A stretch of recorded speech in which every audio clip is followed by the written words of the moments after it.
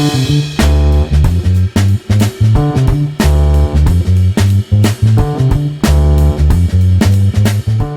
is up, everybody? Today I'm bringing you another video on the Common Projects to see if they're actually a shoe that's worth buying.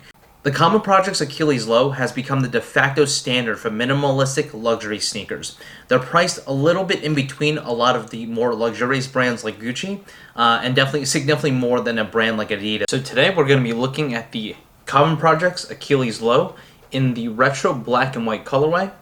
So what's really cool about the retro is, unlike the typical white version and many others, is that the sole actually has this retro kind of off-white look, which I really like. I didn't want my shoe to be completely white, and so this offers a little bit to make it a little more special, and it gives it a very kind of old school look, which I do like about it. So the most common comparison of the Common Projects Achilles Low is obviously the Stan Smith.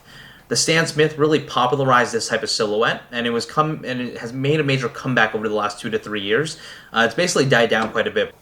The Stan Smith appeal has died down quite a bit, but I don't think the Common Projects have. It's a very minimalistic sneaker that is extremely easy to wear. I've actually worn this more than any other shoe in my collection over the last year, mainly because I don't need to worry about what I'm going to be wearing with it. It goes good with everything, and it never looks bad. So I'm not going to do a full review, but there are certain things that I really like about the shoe. Going along with the minimalism, the branding for Common Projects is pretty minimal. It's that gold stamp that you see on the back side closer to the heel. And that's really it. Everything else about the shoe you can't really tell. But what I do love about the shoe is whenever you see somebody wearing Common Projects, it's apparent right away that they're a pair of Common Projects, even before you see the stamp. There's something about the silhouette that makes it fundamentally a little different than the rest of the shoes that look like Stan Smiths, and so they're very apparent in terms of their shape. And that has to do with, I think, the longer, narrow structure of it, as well as the way the leather looks. As you can see, I've worn these soles to shit. Like I said, this is probably the most worn shoe that I have in my entire collection. So as one of the most worn shoes in my collection, I expected this sole to break down much faster than it has, but it's actually barely visible. I have another review of the Gucci Aces down below that you can compare this against, but basically the Gucci Aces started wearing much quicker than the Common Projects, and the Common Projects I've worn for much, much longer and many more times. So looking at the back of the sole, you're going to see wear on the outer edge. I'm surprised that this is not worse than it actually is. So if you wore a pair of Stan Smiths or anything like this, I'm pretty sure the shoe would already be defunct. I do a lot of traveling in these shoes, and so a lot of walking. And so the actual wear on it is relatively minimal. So if you kind of look at it from the side, you can actually barely tell.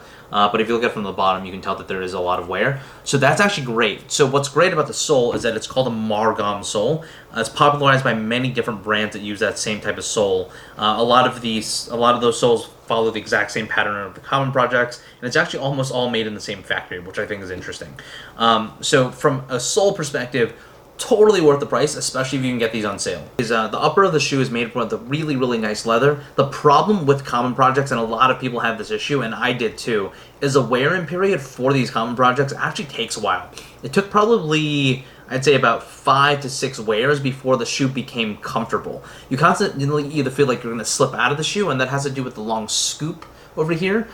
There's really not much to it, and so this long scoop really doesn't have your foot stay in, and there's nothing here to actually keep it in either, because the laces and the way it's designed is actually relatively loose, and so your foot slips in and out pretty easily, and so there's a lot of people that get calluses from back here.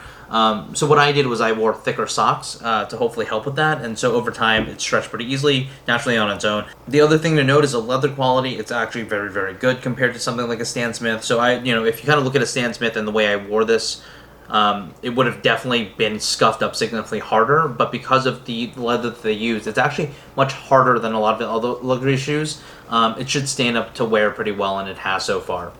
So the quick answer to whether or not this is worth $400, to me the answer is yes, but also no at the same time. So the reason why I'm saying yes is because if you're looking for a luxury sneaker that has very nice materials, this fits exactly in the middle at $400 retail. And most of the time, at the end of every season, you can buy these on sale at places like Essence and many other retailers where the shoes become $400, a lot of times 50% off to about $200 to $250. And these are the same pairs of shoes. The only time that's really not possible is if you're trying to buy the regular white pair, which never seems to go on sale. On the flip side, if you're looking for something that is just a beater shoe, which these tend to be, they're really not worth it from that perspective. And so if you don't care too much about the way these look, they're really not that worth it. And so, from my opinion, if you're just looking for a sneaker that has that Stan Smith-esque minimalist sneaker, there's actually a lot of other brands that can be much better and much more bang for your buck. One of the ones that I've seen recently that opened up a shop in New York is called M-Gemi. M.G-A-E-M-I is, I think, how you spell it. There's another brand called Greats Brand that also does something really, really great with minimalist sneakers in many different colors. And I think they're only about $250, maybe $200, which is half the price even when they're not on sale. So there's a lot of other options out there right now that you can buy very minimalist sneakers similar to the Common Projects. I haven't worn any of them just because I have a pair of Common Projects.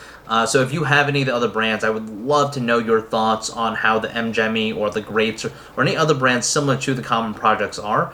And that's it. So, too long didn't read. If you want a luxury sneaker, minimalist look, great quality, Common Projects are a good way to go, especially on sale. But there are a lot of other brands out there that have a very similar look, and the price ranges can be anywhere between $75 up to $800. But I think the Achilles Low fits that little in between. It's not insanely expensive when it comes to luxury sneakers, but it's also not super cheap when it comes down to your typical brands like Adidas. And so I think there's a lot of room for it. Personally, for me, I will always almost have a pair of Achilles in my collection. The reason for it is just because it's such a simple thing to pull off. They look unique enough, they look a little different enough where people do notice them, but at the same time, they're not far off or too gaudy or too fashion forward. And so the Achilles Common Project Low, definite thumbs up. I actually have different thoughts about the Mid, which I think is kind of weird since it's the same company, so I'm much more lukewarm about that, but I will be doing a future review on that. And that's it, guys. If you like the video, obviously hit the thumbs up button and the subscribe button. Are there any other types of luxury sneakers that you want to be reviewed? Let me know. Chances of me buying them might be low, but I might have them in my collection already, so I'm looking forward to seeing you guys next time. And here it is once again, the Achilles Common Project Low in the retro white and black colorway. Until next time, peace.